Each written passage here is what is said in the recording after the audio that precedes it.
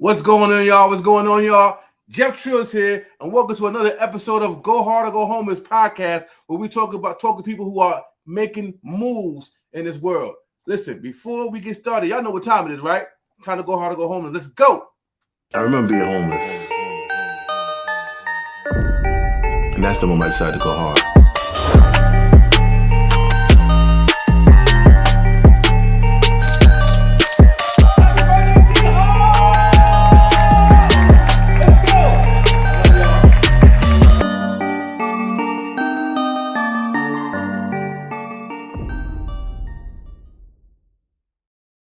Oh, it's coming up. About to be another powerful episode, y'all. I'm your host, Jeff Trills, and I got some amazing information to share with you guys today. Listen, when I met this brother with one of my mentors, Pushman Mitch, at another interview. But when he came into the room, he just exuded magnificentness, if you can even say that's a word, right?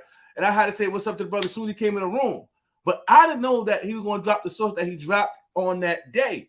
Right? Just listening to him, I said, yo, I need to have this brother on my podcast because you guys need to hear exactly what this man has been sharing for years. Matter of fact, the way he speaks and how he put words together over like visuals is amazing. You guys probably seen his videos and don't even know is this man. So I'm going to show you a couple of videos that this brother did that really capture the image of greatness and purpose, what we're going to talk about today. So before we get introduced to man, I want to show you what work he's done, and to where you probably saw it, but didn't know that it was Mr. Damian Burris. So we're going to play the first clip so I can show y'all exactly what you may have saw on the internet. Let's go.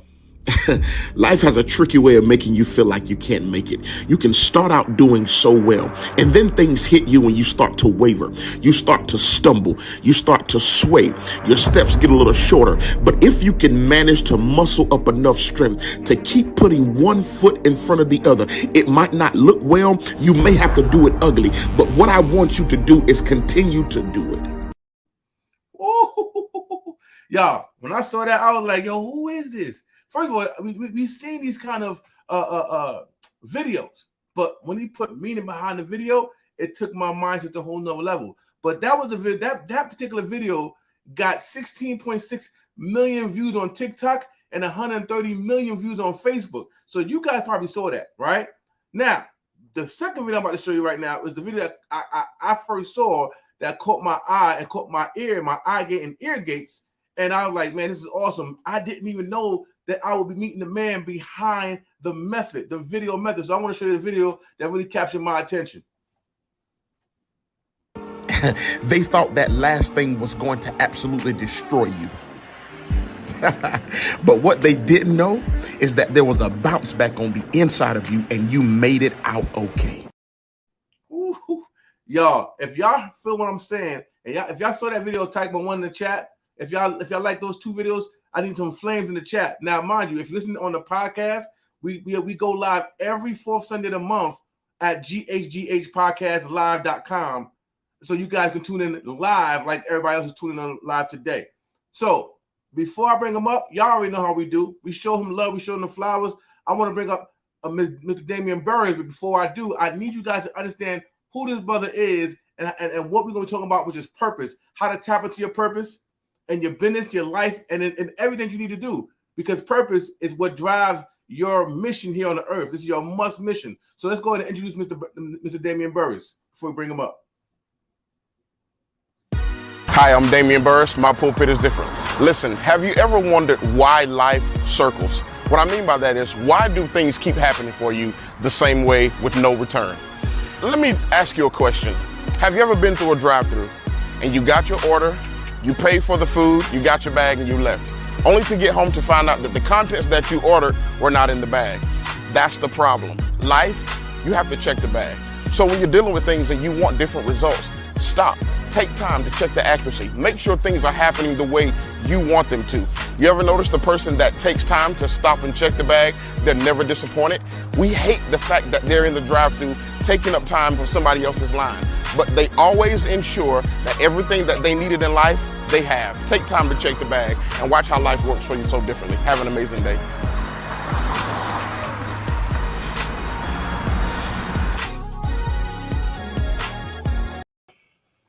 got the man himself. Welcome to the Go Hard or Go Home podcast, my brother. We got Mr. Damian Burris, man. Welcome to the podcast show, champion. Man, thank you for having me. I appreciate you, bro. How you doing? Oh, phenomenal, man. Phenomenal. Well, that you here, man. My pulpit is different. It's in the building. Appreciate you, champion. So, for those who don't know who Mr. Damian Burris is, who is Mr. Damian Burris? Where are you from, and who are you? Man, I'm just a down south country boy, man. I'm from Bennettsville, South Carolina. It's a small city. The closest city you would probably know is Florence, South Carolina. Born and raised in the country, man. Wow, man. So, growing up, right, did you ever think you would be this prolific speaker, this person, this entrepreneur that have multiple real estates and worked as a detective? Was that in your car when you was younger? Absolutely not. Absolutely not, man. It was just surviving and, man, just making it out and just trying to be the best that I could, man. Never knew that this was in the cards for me. Absolutely not. That's crazy. So, this is the Go Hard or Go Homeless podcast, right? And I ask my guests, have you ever been homeless before? Absolutely. I have. So talk to us about that. What happened that got you homeless? We had to talk about that. And what happened that got you homeless, man? Great question. First, man, thank you for having me. It's so great to be here. And man, I just count you as a brother, man. Just like you said, the minute we met, man, it was fireworks from there, man. It's been crazy since. But what got me homeless? What started that? I grew up just like a lot, of us, impoverished mindset in a low income family. My mom was a single parent, and they didn't have the best skills to understand finances and kind of pass that poverty mindset down. I think broke is a place. Impoverished is a mindset. So I think those ways and those habits were passed down through my generation and to me as well. And I just started, practicing the bad habits that I saw. And money was twofold to me. It came from somewhere else, and it was never enough, meaning we were on welfare. And I always heard my mom complain that she didn't have enough. So I knew somebody else gave it to her, but I know it was never enough. So I lived in that same mindset. So when I got money, I did what pleased me instead of what made sense. Right. So I kept, well, when we get money, we want to go eat, we want to buy clothes, we do things emotionally. And then we have this whole rhetoric about I'm going to give my kids what I didn't have. And that's so crazy because what your kids didn't have most of the time is financial literacy. And it's the thing that we don't give them. We try to live vicariously through their lives. So we give them everything that we didn't have, and it only pleases us and not them. Yeah. So I started practicing those bad habits. And just, one thing led to another, and found myself out of money, out of a place to stay. And I was sleeping in my truck. As a detective, I was solving crimes by day and homeless by night. Whoa. Wait a minute, Linda. Hold on. Now, this didn't happen in your childhood. This happened when you were in full adulthood. Absolutely. Absolutely. Yeah, I was well over 22 years old. Sheesh. So you was mismanaging your money and you didn't have the financial literacy that made you that working as a detective, right? And being broke or being homeless as well. Yes. How did that even happen? Man, just got down in it was the year, man. I don't know if you remember that 2008 year where gas was through the roof. And I was working probably 2 hours from where my mom lived, because I had moved back in with my mom. And like I said, she didn't have it. So, as a detective, you're 5 days a week. I didn't have enough money to drive back home to my mom and come back to work every day. That was 4 hours on the road. I was driving a Montero Sport. It cost me $100 to fill up. Right. Oh. So it was cheaper for me to take my pillow and my cover, sleep in the back of my truck, go to the gym at the local police department, go to McDonald's when I get off work, get a free meal with a gun and badge. And I would sleep in the parking lot of McDonald's. I did that for a while until my next pay period. I wasn't homeless for a year, but I was homeless for about 2 weeks. And too much pride to, ask people to stay with them at the time. Yeah, it was tough. Now, that experience, did it humble you? Did it give you perspective? Did it do something that Absolutely, it's humbling, man. It's very humbling. Yeah, but it gave me a perspective. I remember telling God, if you get me out of this financial situation, not only will I be grateful, I will learn the fundamentals of finances, and I will teach other people. Had no idea it would come in this fashion. Sheesh. Listen, and that's what we don't understand. A lot of us don't understand that if we got children, we raise them. We want them to be Right. athletes and rappers and all these other entrepreneurs, but don't understand financial literacy first, right? I know that's very important. So if you're listening and you got children, it's a must to get them around people to understand the financial literacy, how money works and how to make it work for you, right? Right. Absolutely. Right. So we talk about how do you get into the whole detective world, how like this whole, because I know, if for those who don't know, I watch First 48. That's my favorite show. I don't know why it is, but it teaches me on how to be aware in these streets, right? So he's like the real life Mr. First 48 over here, right? It's the Mr. First 48 right here, right? So Damian, talk about your journey when you first started the police academy. Was you like, was that your first job? Like, what was your history of jobs and stuff like that? My first job, I started at 15, mom being a single parent, as a boy son, as a boy child, you have to, there's a machoism that stands up in a boy, at a certain age. So he feels like, he's a protector of the home. He got to help mom out. He got to look out for mom. So I started working at 15 years old, and my income was helping the family. I was working at Bilo Food Line. I was a bag boy. I never forget. I went in on a Wednesday afternoon. I was in my ROTC uniform. That's how I remember it was Wednesday, because every Wednesday we had to wear ROTC uniforms. I went in my ROTC uniform and got the job on the spot. Never forget it. And they told me to start Friday. So I started that Friday, white shirt, black pants. And I started bagging grocery. Showed me how to bag grocery. I went from bagging grocery to stocking, and all that good stuff. So that was my first job, the grocery business. And then I did that for about maybe 2 or 3 years. After that, I went into the restaurant business. I started working at Burger King. That was short-lived. I knew it wasn't for me. I couldn't deal with it. And I got out of that. And by the time I got out of that, it was time for me to enter into the real world after school. My next job was crazy. I did what was called the cleanup crew. And it's a company called Sapaco. Sapaco is a major distribution center for MREs, meals ready to eat. It's the food that the soldiers eat while they're in battle. And what happened was I was in charge of cleaning up the pots. Like, these pots were so big, these pots couldn't fit in houses. I mean, they were industrial sized pots that, could cook, gallons and hundreds of gallons at a time of food. So our job was to go in, sterilize them, sterilize the pipes, because the food would run through an assembly line. So they would sterilize the pipes, it would sterilize the dishes and everything. So you're using chemicals. I got on fishing boots, leather apron, and a hairnet, right? And some. So you had a lot of hair back then. Right. I had hair back then, right? And 120-degree water hose. So your hands got blisters on it because you got to have hot water, to really get this gunk off that, they've been cooking food with all night. That was my first real job, man. And it was horrible.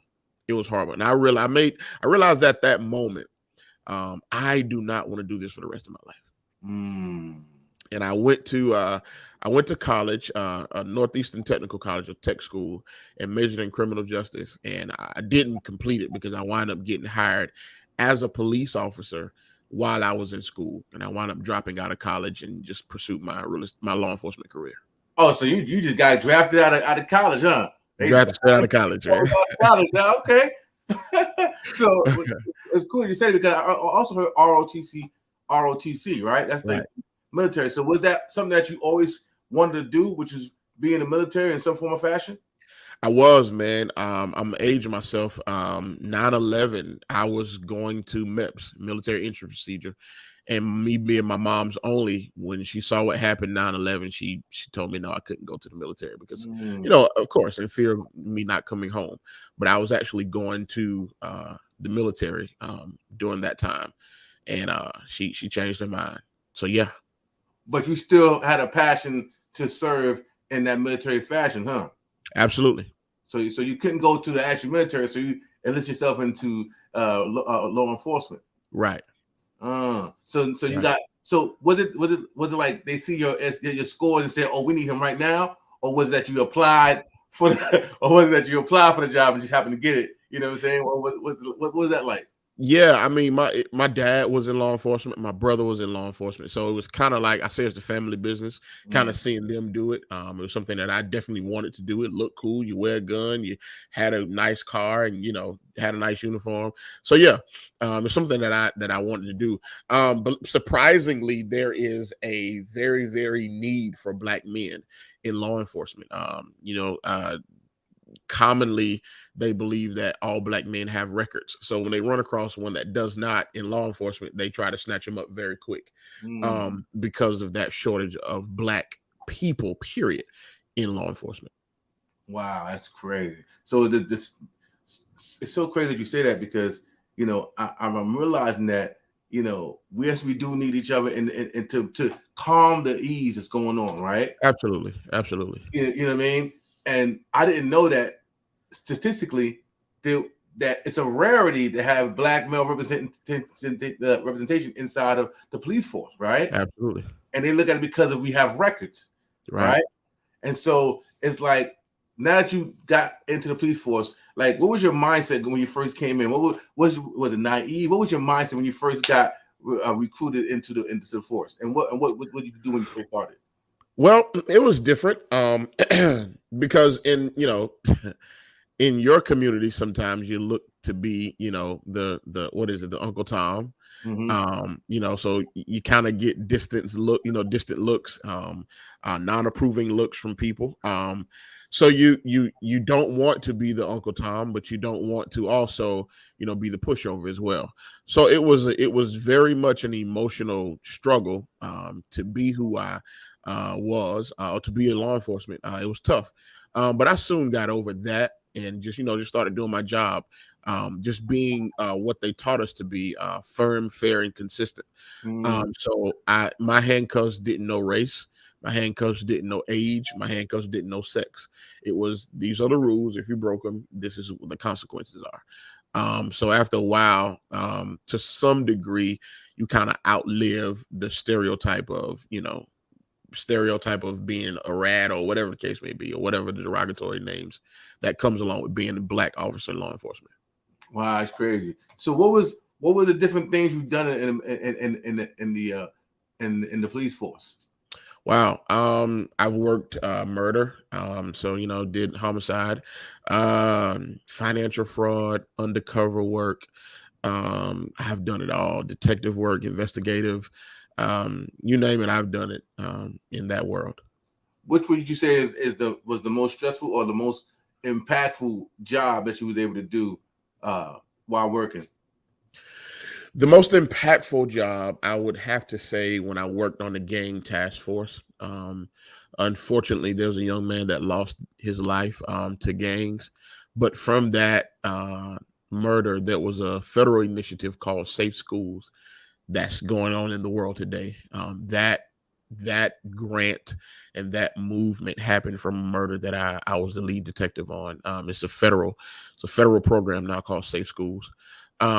So it was very very humbling to work that case and to have something spearheaded like that.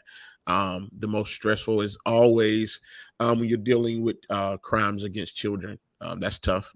Innocent lives snatched early or whatever the case may be. Do you ever become numb to this whole, because I know you do a homicide, you know, how long you with the homicide? 6 years. 6 years. So, and God, I'm asking this question because it's all on time to purpose, right? It's all about purpose.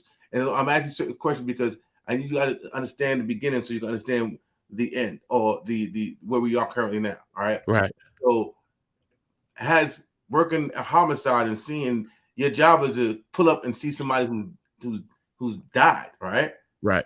Does that give you some kind of numbness to life or to seeing death? That's a great question. And the answer is yes. It's called, in our career, it's called emotional hardening. In a career of secretary, a staple on the desk is normal. A pencil on the desk is normal. A printer down the hallway is normal. When you're dealing with homicide, a dead body with a sheet over it is normal. And sometimes, you may see highway patrol, side the road, and there could be bodies laid outside the road or a mangled car, and you may see them laughing and joking and talking. It's not that they're insensitive. It's what they're used to seeing, and they could be talking about something that they, had just experienced at lunch, or a conversation that they had 2 weeks ago, and they finally saw each other on shift, and it's the first time they've seen each other. And some people can look at it, you're laughing, and there's life that's lost by the road. It's not that they're insensitive. It's just we're used to seeing it, so our response to trauma is not the same. I remember one of the first things that really opened my eyes to it. I was working an accident, one of my first accidents, and the lady got into an accident. She was just horrific. She was, just very, very, very emotional. And the tow truck driver came out cool, calm, and collective. Cigarette in his mouth, just bopping like life was just great. And the lady said, "How can you be so calm?" He said, "Ma'am, what's tragic to you is money to me." And when he said that, I was like, wow. Sometimes pain in people's lives is where experts start to be who they are. So when everybody is running away from gunshots, or when everybody is running away from a fire, law enforcement and firefighters are running to calamity and tragedy. So yeah, it can emotional harden you, because you have to get a job done regardless of emotions. Wow. So that, it's so crazy that you say that, because just like in the hospital, right? Somebody dies, it's normal for them, right? So it's so crazy that, at a perspective, do you guys went through like any psych evaluation? Oh, absolutely. Periodically? Absolutely. And there's always counselors and people available if the job does get the best of you. I mean, it does. We're still human. We're not robotic. And I say we because, once you blue, you're always blue. It's kind of hard to get it out your system. But yeah, you go through those things and those terrible, terrible moments. And I'll be honest with you and transparent. You have to desensitize when you're no longer in that life. I'll be honest. There were some relationships so I'm trained or was trained that when you're in an interview and, people start crying, you can't allow that to deter your line of questioning when you're actually interviewing. Now, the difference between interviewing and interrogation as it pertains to law enforcement, this is an interview, right? An interrogation is when I feel like, or I have evidence that you've committed a crime. I'm no longer Mr. Nice Guy. I'm now trying to get the answers that I need. So when you start crying, I'm not deterred if I'm convinced that you committed a crime. Well, if you take that out of the interrogation room and you put it in relationships, if my girlfriend is crying by something that I said, I can't continue to be the antagonistic detective. I have to stop and see what's going on. If there's something that I said or did, that was not easy to do, because you're trained to overlook tears and emotions to get to the truth. So you have to really digress and really reprogram yourself to kind of come back into the civilian lifestyle when it comes to relationships. This is crazy. I watch First 48, and they be in that interrogation room, good guy, bad guy. Is that how much of that stuff is like real? Like, as a homicide detective, like, you know what I'm saying? Do y'all really be playing mind games to get them to tell the truth, or is it like, you know what I'm saying? Not only that, Jeff, the federal government says we can present fake evidence to a suspect to get them to tell the truth. So when they say, I lifted prints, or, whatever the case may be, they're allowed to do that by the government, by federal rights. You can even present up to fake evidence to get them to tell the truth. It's a crazy game out there, man. You know what I'm saying? It's so crazy, but it's like the greatest lies commit the worst crimes, I guess. I don't know. Right. All right. This is what, so, and if you guys have any questions, put your questions in the chat of anything you're hearing, because this is some sauce that y'all ain't gonna normally get, right? No, ain't no former police guy talking about how it really goes down, but it's all turned to purpose, right? So even as an undercover cop, how was that, right? How was that? Because I watched Deep Undercover. We watch these movies, right? Everybody, is that really how it go down? So as an undercover cop, have you ever got nervous, scared, like? You know what I mean? Absolutely. There's always there's always, the threat of not coming home. You never know what's going to happen. You go in, and but not only that, excuse me, we're trained, and this is crazy. It sounds crazy, but the police officers are killed more on traffic stops than they are with undercover deals gone bad. So, what happens in the back of a police officer's mind? This is the dichotomy of how crazy it is when you're in uniform. You approach the car with a smile, but with the plan to kill the person that's in the driver's seat. Because you don't know who you're stopping. You don't know what's in the car. You have no idea what's going on. There was a police officer that that got shot years before I got in, but his story was told because it was the city and county that I worked in. What he thought was a random traffic stop was a guy he was pulling over who had just murdered his girlfriend. And he was just pulling him over for a taillight. And the guy shot the police officer, and it was a horrible shootout. Another police officer got there on the scene, and they wound up killing the guy that shot at the police officer. But you just never know. So, you're trained to approach with a smile. However, you have a plan to kill. And yes, that is true. We do touch the back of the car, not only just 2 fingerprints, but you put your entire hand on the back of the car. That way, if the car is ever stopped and the assailant says they never had any encounter with law enforcement, they dust for prints, our fingerprints is on the back of that car. So yes. Oh, that's crazy. Hold on. Wait. All right, Martinez just did a. So she said, is that 2 finger on the trunk real for identification? Because we have podcast is also audio, so they need to hear that question. So what Damian said, yes, they put not just 2 fingers, but their hand on the vehicle so that just in case they get stopped and their car gets dusted for fingerprints, they can see the detectives or that police officer's imprint was actually on the car. So they were stopped, but they ran or whatever, right? Is that what it's for? Absolutely. She watched too much TV. We get to ask a real life detective, man. These real life questions because TV is TV, but it's different. I know you're watching like that's not what really goes on, right? So it's interesting to understand that because this is all about your purpose, right? Because if you notice, he went from these jobs that did not serve him to go into a job that's servicing others, right? And so when we talk about my pulpit is different and stuff like that, and the purpose that we speak about today, I need you to understand where it came from, the origin, like how this thing grew into where it is now, right? So let's go into what made you leave the force. What got you to, say, enough's enough, or was it a happy go, or was it like, I gotta get out of here. My purpose is calling me somewhere else. Like, what was the turnaround point for the police department?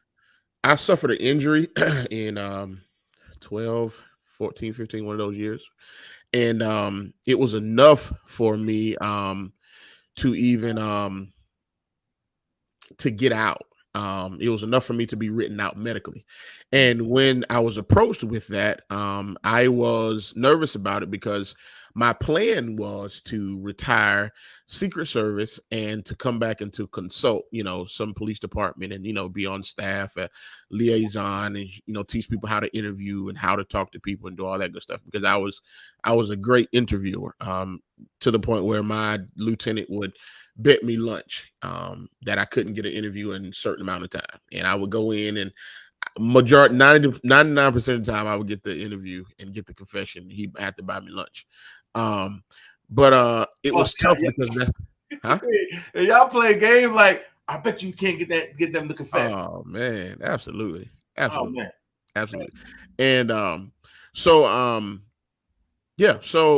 it was tough because what I wanted to do was, leave and, finish my career out 25 years and, be a decorated police officer and all that good stuff. But I tell people God pushed me out of a window. I actually fell out of a window, tore my quadricep tendon, and ended my career. And I could have stayed in as a desk sergeant and just, shoveling paper, getting a cup of coffee in the morning and going back and looking over the reports from the night before. But that wasn't me. I was a go-getter. I was 32 years old. And they told me they could write me out. I could retire and get a check for the rest of my life. By that time, I was already in real estate. That was 2016 that I retired, but 2015 I got into real estate. Had an amazing first year. Did 6 figures in my first year, and started to notice that trend. And still I wasn't great with money then because I didn't have a lot of money. Even though I made 6 figures, I didn't have a lot of money saved up because I was blowing it. But I knew that I would get a check for the rest of my life. And I said, listen, like Neo says, it's either it has to work or it has to work. Right. And I took the plunge to go full time, take the retirement and go full time in real estate. Here's what I'm listening to, right? So that's first of all, shout out to Neo, right? Because if it has to work, it has to work, right? It has to work. But you said God literally pushed you out the window, right? Because, you know, how many of us had this plan of what we want to do, right? And never see what our purpose is for us to do, right? Mm-hmm. So if you never got pushed out the window and tore your situations up, you probably been moving forward in your career. Right? Oh, absolutely. And at that point, it would be like, okay, I'm a decorated cop, and you wouldn't been able to impact the life that you've been impacting all this time, right? Was you doing these type of videos back then? Absolutely not. I was low key, right? And you said you started real estate, right? So what was that made you even get into real estate while you had your job? And before you answer that question, what was your salary as a detective, you know, prior to getting into real estate? With overtime, $50,000. With overtime, $50,000. So carrying a gun and bag. A year doing detective work, going in undercover cops, you know, detectives seeing dead bodies, messing with your psyche and your trauma for $50,000 a year, and that's with overtime. Ooh, base salary was like 31. And so y'all see how crazy that is for. Well, and he went hard, y'all, right? Right. And at the end of the day, it's like, this is what the job is going to give you for the work that you're doing. Absolutely. Right? You put your life on at risk every single day for $50K. When you got people doing courses and making $100K in a month. In a day, some of them. In a day. I mean, the circles that we're involved, right? Right. And so crazy because what you said, that traumatic situation that happened to you to shift you to what you're doing now, something similar happened to me where I'm able to be in a circle and have this podcast, stuff like that. So I was mad in the beginning, right? You know, we mad like because we was on our own vision. We had our vision, we're tunnel vision, we lock and loaded, but then the universe and God said, nope, I got something that's even better. You're not gonna like it in the beginning, but you're gonna be grateful in the end. Absolutely. Right? Absolutely. Right. And so I wanted to tap into the real estate thing. How did you get into real estate? What got you into real estate? So I was in the process. I had gotten out of that slump where I, was homeless and all that, and started doing better financially. And one of the things that I wanted was a house. And I started pursuing that and was trying to make it happen. And the guy that my realtor at the time was the mayor, and he got me into a home. And once you start looking for a home and after you close, you're still looking at houses. I love two things. I love structure and I love time. So I collect watches and I just walk in houses every chance I get. I just love structure and time. And so I was still looking at houses after I purchased my home. And I ran into who's my business partner now, a guy by the name of Cody Presley. And we were talking and he was sitting in the model home and he said, "Hey man, are you an agent?" I was like, "No, I'm a police officer." He said, "Man, you missed your calling." He was like, you sound like an agent." He actually thought I was there shopping him for his prices so I could go and tell, the other agency. He thought I was from another agency. I was like, "No, I'm in law enforcement." And he said, "You missed your calling." And it kind of stuck on me. And I would, see him every time I would come home from work and I would throw my hand up. He was in the neighborhood at the model home. And one day I just stopped in just to talk to him again. And he was telling me the same thing. People started to come in to view the house and I knew all of them by name. He was like, "With your intel for knowing everybody working in the city, you would kill in real estate." And I was like, "Nah, not really. That's not me. I know the law." one thing led to another. These conversations kept happening, and I got my real estate license. And got my real estate license and wind up going to work for the mayor, the guy that sold me the house. I wound up working for his company.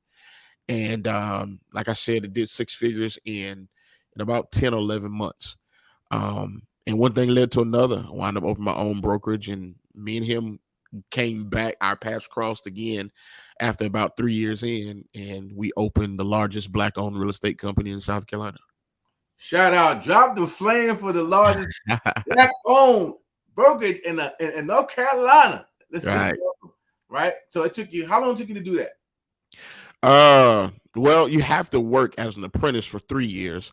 So when I got my broker's license, it took me about a year and a half. I asked this question intentionally, y'all. How long you been working on the police force? 12 years. 12 years, right? Nowhere near millionaire. Mm-hmm. Right?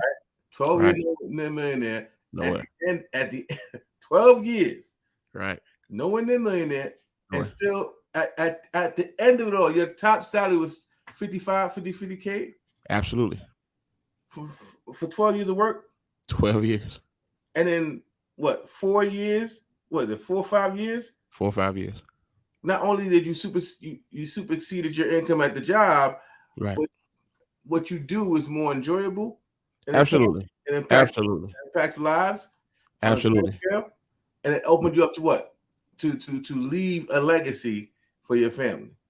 Absolutely, man. That's right. That's the whole purpose, Trills. I tell people all the time, we major in popular and we minor in purpose. And the thing about it is say that again. We major in popular and we minor in purpose, because everybody wants to do what's popular. Like when people come to me and they want to be a realtor, they see my success, they see the success of others, and they want to be a realtor. I want to be a realtor. I'm like, why? Well, I want to control my time and I want to make a bunch of money. And I'm like, that tells me you have no clue of what's happening, because anytime you go into business for yourself, you have to have what's called commitment. And a lot of people that are business owners don't have commitment. Commitment simply means I'm restricting my freedom. So the minute that you get into any business to have freedom, it lets me know you're going to lack commitment. Ooh. Because commitment is simply restricting my freedom to get something done. So I tell people all the time, no, don't look for popular, look for purpose. And there's something that you have in the inside of you that's called instinct that needs to be sharpened and needs to be polished, but nobody has to teach you how to do it. You've never seen anybody teach a lion how to roar. You've never seen anybody show a giraffe how to eat from the tallest tree. You've never seen anybody show fire how to be hot. It happens instinctively. So you have to find what's purposeful and not what's popular. Man, he said a whole lot of power in that sentence. That's 2 sentences. Let's talk about the power of purpose and what that really means in your life and the lives of everybody who's listening to this podcast live or on the replay. Man, the power of purpose. I said something the other day on live. I said purpose doesn't make it easy, but it makes it easier, right? Because whenever you're doing something that's purposed, there are going to be certain things that just line up for you. As I stated, military was where I was going. And I remember hearing how when you get battle ready, that the military sends the supplies over to the battlefield first. Before you get to Baghdad. Let's say you had a fight in Baghdad or Vietnam, or wherever it was. Before you get there, before soldiers are deployed, the government sends all the supplies that they're going to need to the battleground. And that's just like purpose. Whenever you're trying to get to where you need to be and you align with what I feel is God's ordained place for your life, that's purpose. The things that you're going to need are going to go before you. Now, you still have the battle, you still have war, you still have those things. But the things that you're going to need for it to be easier are going to be there. So the best way for you to figure out if you're in purpose is, do I have the things that I need already before me? Is it tough for me to try to get this business off the ground?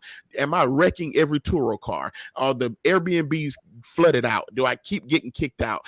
Does all my shirts come back too small? Is the writing wrong? You have to really look at it and see what's really purposed in your life. And when you find out what's purpose, the things will start happening easier for you. You don't have to reinvent the wheel. You don't have to spend countless nights crying and complaining. Some things are just going to happen for you when you fall into purpose. Whew, that's powerful.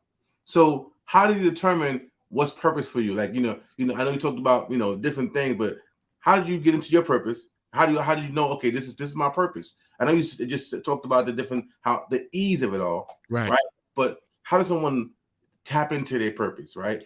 Man, that's a great question, but that's going to happen every single day of your life. I didn't know, check this out. I didn't know bagging groceries, getting buggies, helping people find something on the aisle would start my service. I didn't know solving problems, helping people get over death, compiling records together to present to a judge to bring justice to somebody would start my service. I didn't know helping people fix their credit to get into the biggest investment of their lives would be helping establish my service. Now, all those years of me having a service profession background help me understand what purpose looks like and how to identify it. And I've been groomed all those years to do what I'm doing now. So you're going to bump into purpose this entire journey. You just have to be in the right place and understand what happens and how it happens and see what it is that you have a liking to. I have a huge heart for people. Like, I love people, right? I think the most prized possession on earth is people. God sent his son to die for people. I don't know anybody else that's going to send their son to die. And if they do, they love whatever they're dying for, right? So I think people are an extension. God made us in his likeness and his image. So to get to be able to work with God's most prized possession, I take that very, very to heart, very dear. So I think when you're looking for a purpose, you're going to bump into it every day. Now, your daily choices is going to help you prepare for what's happening and what's going on in life. So you got to be prepared for that, but you have to make the choices to identify what that is. So you're saying, that you're gonna find your purpose somehow, some way, right? Either sooner or later. Absolutely. Good. So one thing I like about this, because you talk about my pulpit is different. So what does that mean? Because people think you're a preacher. Are you a preacher? Do you preach at the church or whatever? What is my pulpit is different? What does that mean to you? So I think everybody has ministry in them. Ministry is just helping spread the good news of Jesus. The gospel simply means the good news of Jesus Christ. I think we are all called to help, to minister, to do something. Help, HELP, is honoring every level of people. From the indigent person to the millionaire to the multimillionaire. I think we're called to help. So a lot of times people think when they hear the word minister or ministry, it means you have to do it from an elevated platform. I think differently. I think I can minister in the grocery store. I think I can minister on this podcast. I think I can minister while we playing ball. I think I can minister while we're in a restaurant. So I have a pulpit. It's not elevated and it's not raised, but I still have the obligation to minister. So my pulpit is different. Ooh, spicy. So you talked about your real estate. How many brokerage have you opened up since what, 5 years in the game? Yeah. Actually, as a broker in charge, this February 28th will be my 3rd year. Sheesh. As a broker? So, yeah. As a broker in charge, yeah. So I've opened up 5 locations. Man. Yeah. And that's all in North Carolina? South Carolina. South Carolina. Cool. Man, that's awesome. You got plans to expand out? No, man. After COVID, actually, we're doing the opposite. After COVID, we're really consolidating brick and mortars. Our agents are still in the field in all 5 of those areas. But after COVID, man, it's more virtual than it is anything else. So I'm just kind of liquidating everything and just getting a stronger headquarters, office, stronger systems, and just equipping the agents to do better in their fields. But yeah, man, I don't have a desire to expand any further. Awesome. I mean, that makes sense the way it's going. I mean, everything right. is virtual. Even our podcast is virtual, right? Absolutely. So, you know what I'm saying? And the work still gets done. Now, I know you have a book, right? So that you pre-order. Talk to us about that book and what does that mean? We're gonna put the book on the screen real quick. But talk about that book and how you came about that book. Man, this is my baby. This is my first book. So it's called CEO, and it simply means chatter, expectation, and opposition. I believe in order for you to be a great CEO, you have to conquer the chatter. You have to conquer the expectations of yourself and others, and you definitely have to get over the opposition. So when you can harness these three, I think that's when you can really be a boss. That's powerful. Anybody got any questions while we tap? I know we had a question. They said, "Who is your mentor?" And let me ask you about this: how powerful is mentors to you in growing your life and being in purpose? Very, very powerful. Mentor speaks to your mentality. So the people that you trust with your future is also the people that you trust with how you think. So you have to have somebody that understands how you think, or that can think for you, or that can see further than you can in that respective field. Mentorship is very, very powerful. Somebody asks, who's my mentor? I have several. But if I can name three, it would be, and some of these are mentors that I've never spoken to, because I believe you can learn more from watching a person than you can from talking to them. So one is Tony Robbins. He's a great guy, great mentor. I love what he does. Two would be Les Brown. And the third one would be David Shands. Sleepers for Suckers. Simply because of just Dave's heart and what he does, and how he just approaches the whole talk space, the podcast space is just absolutely incredible. That's crazy. That's awesome. And another one, Myron Golden. Gosh. Oh, Myron Golden. Sheesh. Yeah. If y'all haven't tapped into them, y'all need to tap into Myron Golden, David Shands, and of course Tony Robbins, Les Brown. But man, what has each mentor done for you in your life that you felt you got from them? What is that nugget or piece that grew you from their mentorship? Tony Robbins is he's just a transformational guy that breaks through people's fogginess, and help them realize. People come into Tony's space with complaints about not being able to keep their diet up, and before they leave, they're talking about their daddy issues. It's just how he has the ability to get to the heart of the problem. Les Brown is just the motivational guru. He just has the ability to see so much into motivation and for you to keep going. Myron Golden, the way he ties biblical principles to everyday life and tactics and just make it make sense. And Shan's, again, his approach to conversation is incredible. I mean, the list can go on for me. Bishop Jakes. He's who he is. So yeah, the list goes on for me. But yeah, each one of them brings something to the table that I think I try to mimic and create my own, kind of thing.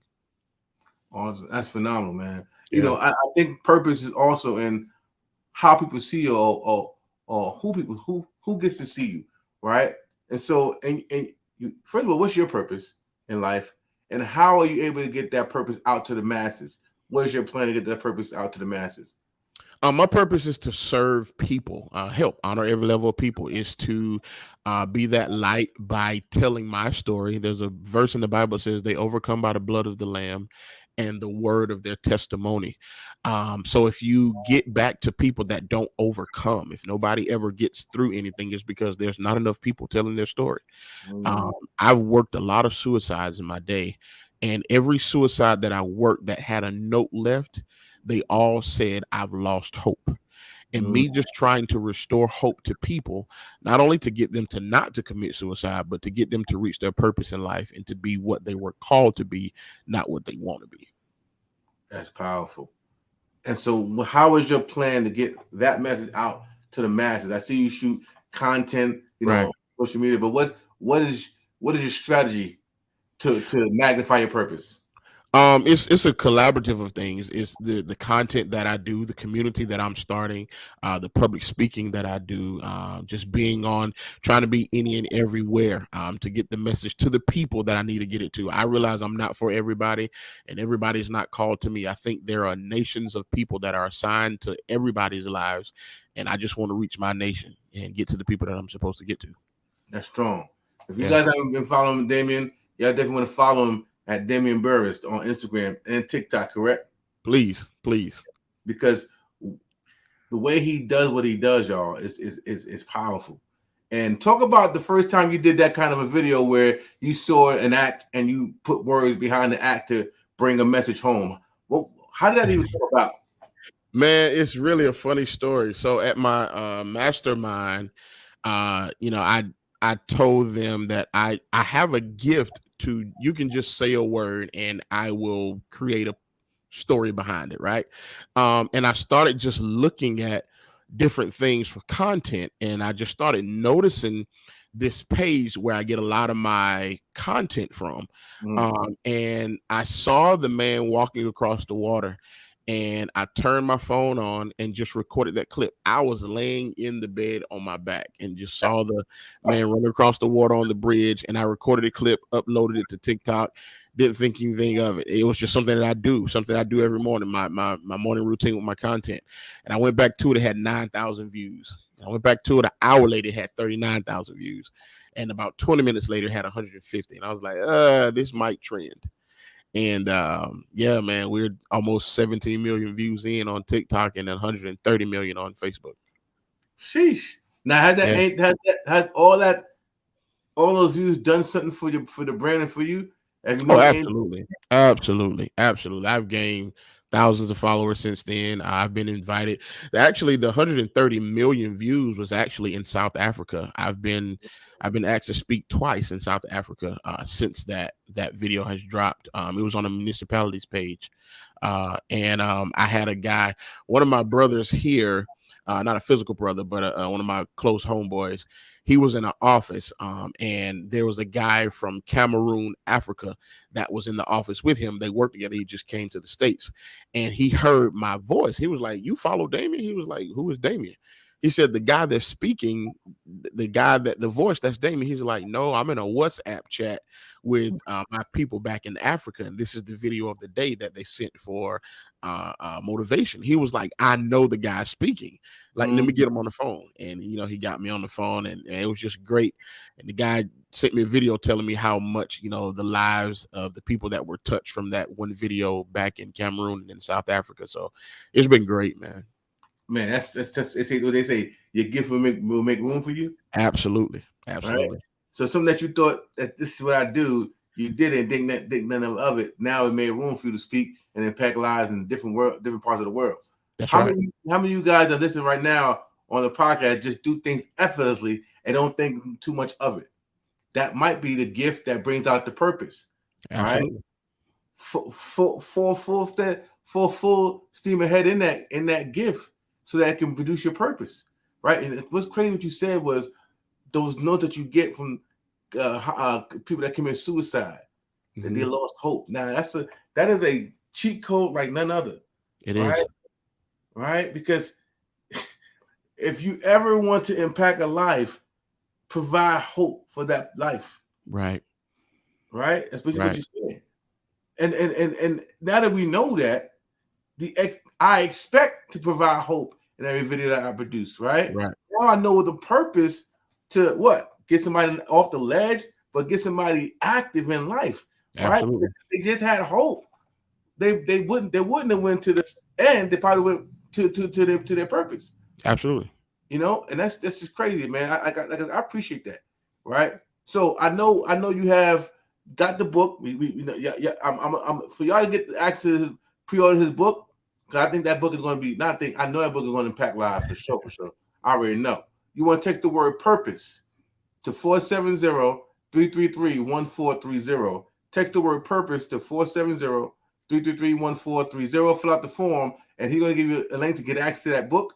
Right. Also, he also has a community where you can tap into him and get all this motivation, not just motivation, but inspiration, purpose-driven content on a regular basis. We're gonna put the ad up there as well, the flyer.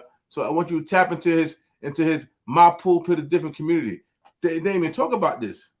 So this is a community where like-minded people come together and we discuss so many topics. So for the month of March, I do a live every first and third Thursday.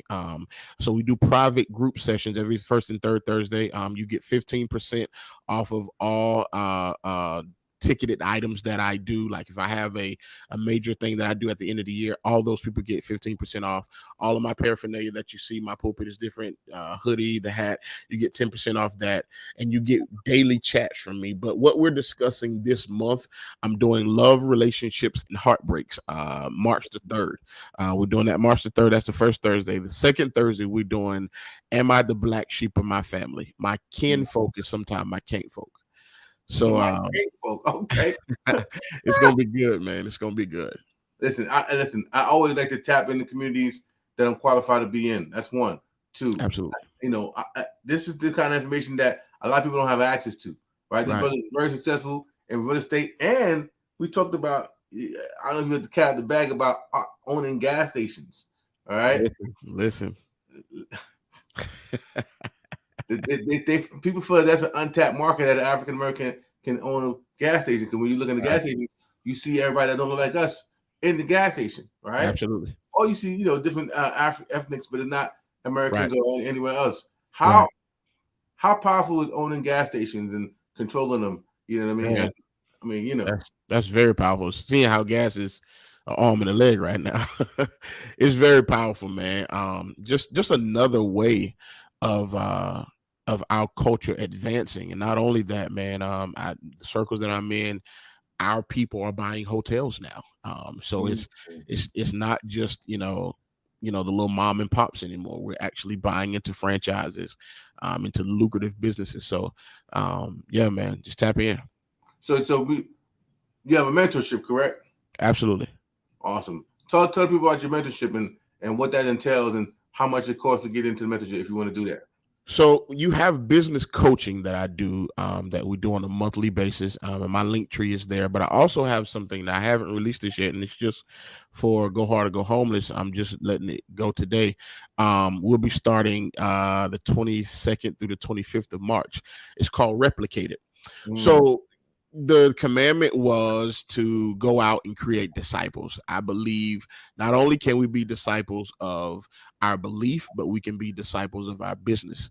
So I want to create business disciples, people that want to do exactly what I've done, plus more, in the kingdom arena, in the business arena. And I'm going to show you how to do that. So I'm going to replicate me through you. So that 3-day coaching course is called Replicate It. So you'll be able to tap into that. You have my link tree. It'll all be there soon. So if you take that link tree down, you'll be able to get into that course.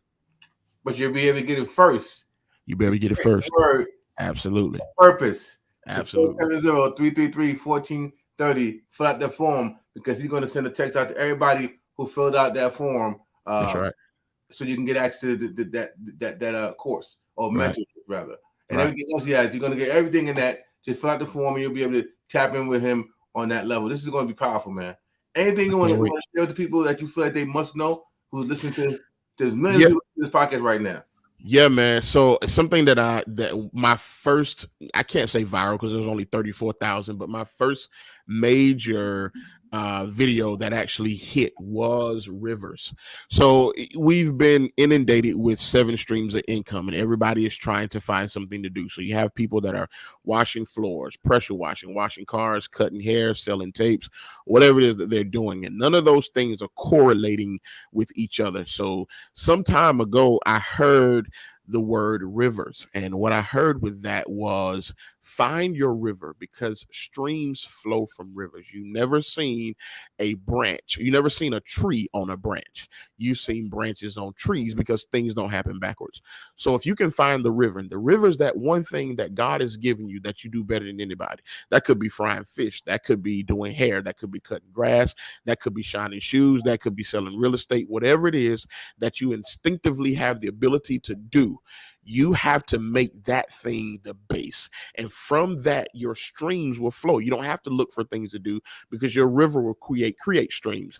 The bigger you make the river, the harder your streams will flow. So if you can find that river, I promise you, you'll have multiple streams. Ooh-wee! Listen, for those who, because we hear it all the time, Damian. Oh, I got to have 7 streams of income. I got to have 7 multiple streams of income. And they don't understand what that really, truly means. Absolutely. Absolutely. They have no clue. This is the definition of what 7 streams look like. Mm-hmm. The moment you focus on that one thing, that river turns into, I think, a lake, a sea, an ocean, a sea, Ocean, right. In that order. But the moment you take some of that water to try to build another pond or a stream, now you just broke it. You just broke everything. Right. Listen, I couldn't have said it no better than you just said that, brother. That was powerful. That was super powerful. I'll tell you that right now. Yes, sir. Yes, sir. So, guys, if you got any questions before we leave this podcast, I mean, Mr. Damian, he blazed this thing. I'm gonna definitely bring him up again. But this is different from what we normally used to, right? On Go Hard or Go Homeless. I want you guys to understand that it's all about the message is also mental, right? The message is mental. Everything that happens outside of us happens within us first. Right. And so this purpose thing right here is meaning. It's so important. So important to your life and the life that you directly or indirectly impact. It's all about the purpose. So, if you got any questions, thanks. The wordplay is nice. Guys, man, like I said, make sure you follow Damian Burris. My pulpit is different. Text the word purpose to the number 470-333-1430 to make sure you get tapped in and get wrapped in. And like I always say, it's time to go hard so you don't have to go homeless. Be great because you are great. We'll see you next podcast, man. Peace. We out. Peace. I remember being homeless. And that's the moment I decided to go hard.